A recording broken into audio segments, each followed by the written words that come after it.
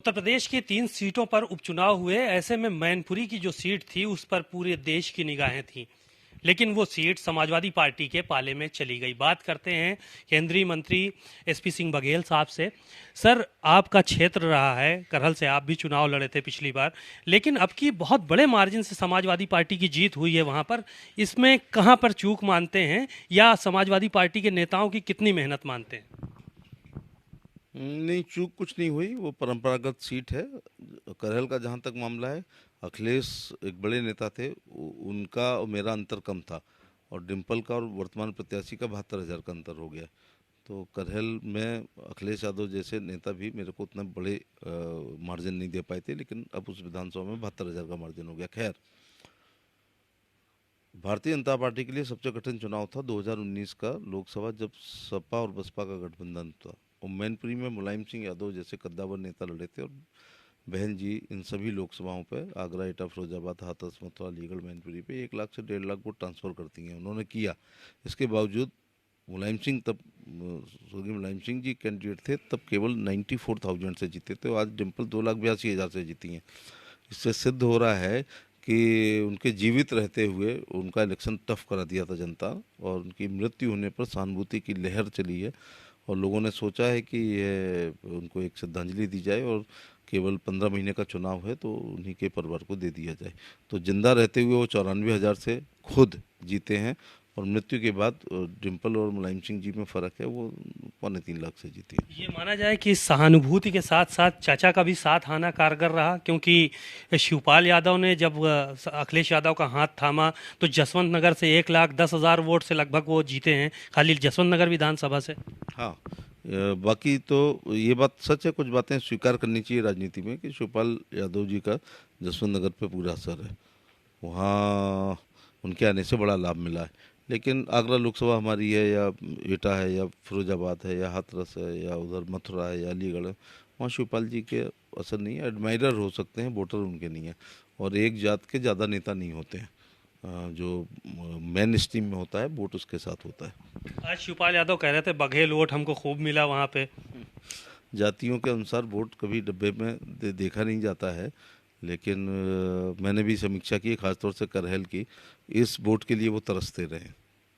ये वोट उनको, बघेल वोट उनको नहीं मिल पाया है। कहा कि हमको बघेल वोट मिला, सभी जातियों का वोट मिला, और इसलिए शायद डिम्पल यादव इतनी बड़ी जीत से जो है वो जीत कर आई हैं, और आज उन्होंने शपथ भी ली है। बहरहाल, इस एक सवाल ये था कि रामपुर जो सीट थी उसमें बड़े आरोप लगाए गए कि प्रशासन ने बड़ी सख्ती की है, शायद इसी वजह से जो है वो भारतीय जनता पार्टी वहाँ पे जीत पाई है, वोट नहीं डालने दिया, इस तरह की बातें भी निकल कर आई। प्रशासन जो था पूरे उत्तर प्रदेश का एक है। रामपुर वो हार गए तो प्रशासन की बात कर रहे हैं, और मैनपुरी जीत गए तो प्रशासन की बात नहीं कर रहे हैं। खतौली जीत गए तो प्रशासन की बात नहीं कर रहे हैं। तो ये दोहरा मापदंड होता है, कि हारने पर जो होता है आरोप प्रत्यारोप होते हैं, और जीतने पर तो मीठा मीठा तो गप गप कर लेते हैं, और कड़ुआ कड़ुआ थू थू करते हैं। प्रशासन का कोई रोल नहीं था। चुनाव आयोग एक स्वतंत्र, संवैधानिक, निष्पक्ष संस्था है जिसके नेतृत्व में चुनाव हुआ था, और वो समदर्शी रहता है, सबके लिए बराबर रहता है। कह रहे हैं 2024 का चुनाव भी हम लोग दोनों चाचा भतीजे मिलकर लड़ेंगे, और अब की भारतीय जनता पार्टी का सफाया उत्तर प्रदेश से। चलो, चाचा के वजूद को स्वीकार कर लिया उन्होंने, ये बहुत बड़ी बात है। शिवपाल जी ने कहा कि बघेल वोट मिला है, वरना ये उस वोट को मानते ही नहीं थे कि कहीं रहता भी है। अब करहल के चुनाव का इफेक्ट देखो, कि उनकी सूची में इस जात उनके दिमाग में आ गया कि बघेल भी कुछ होता है, जो जो वो पहले कहा करते थे कि अरे ये वोट ही नहीं होता। तो ये अच्छी बात है। जब तक दबाव नहीं बनता है तब तक कोई स्वीकार नहीं करता है। जो चाचा के कार्यकर्ता हैं, अब ये माना जा रहा है कि उनको बड़ी जिम्मेदारी जो है वो दी जा सकती है। अब ये मान के आप भी चल रहे हैं समाज भारतीय जनता पार्टी के नेता कि अब ये दोनों एक रहेंगे हमेशा के लिए? नहीं, राजनीति में कोई कोई भी चीज़ स्थायी नहीं होती है। ना कोई परमानेंट मित्र होता है, ना कोई परमानेंट शत्रु होता है।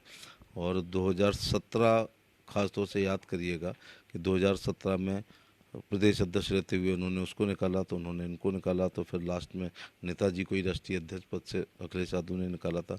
वो पुरानी क्लिपें दिखाओ। फिर बीच बीच में बहुत सारी बातें होती रहीं। फिर बसपा का गठबंधन हुआ, 80 सीट मांगी, 75, 60, 50, 40, 30, 20, 10, 9, 8, 7, 6, 5 होते हुए 4, 3, 2 एक ही सीट मिली। तो एक सीट नहीं मिली, उनको साइकिल देके जसवंत नगर से, चूंकि जसवंत नगर में मैं मानता हूं कि उनका प्रभाव है, तो उनके द्वारा समाजवादी पार्टी की एक विधानसभा निकलवा ली गई। सीट दी गई होती तो उनके प्रदेश अध्यक्ष को, उनकी किसी कार्यकारिणी को, उनकी वाइफ को या उनके परिवार को मिलता। और टिकटों के वितरण पर ही जब 27 आएगा तो उसमें निश्चित तौर से झगड़ा होगा। मैनपुरी की हार की समीक्षा किया आप लोगों ने अभी कि नहीं किया? संगठन का काम है। मेरा मैनपुरी से थोड़ा ये रिश्ता रहा है कि उसकी एक विधानसभा करहल से मैं लड़ा, तो करहल में अब ये फ़र्क पड़ा है कि अखिलेश यादव हमारे चुनाव में 60 का फ़र्क था, और अब रघुराज सिंह साग और डिम्पल, जबकि डिम्पल अपेक्षाकृत अखिलेश से छोटी नेता है, तो अब 72,000 का फ़र्क है। तो करहल को हम बचाने में सफल हुए, उस लीड को बढ़ना नहीं दिया, बल्कि लीड को हमने अपनी वाली लीड से ज़्यादा नहीं ज़्यादा हुई है, मेरे से कम रही थी। बातचीत के लिए शुक्रिया। आपने सुना एसपी सिंह बघेल साहब को। बड़ी ही बेबाकी से उन्होंने अपनी बातें कहीं और साफ तौर पर यही कहा कि चुनाव या राजनीति में कोई भी चीज़ स्थायी नहीं होती है, कोई किसी का परमानेंट न दोस्त होता है न दुश्मन होता है। बहरहाल आने वाले समय में भारतीय जनता पार्टी का परचम फिर से लहराएगा। कैमरामैन आशीष के साथ सीमा अब नकवी, भारत समाचार, लखनऊ।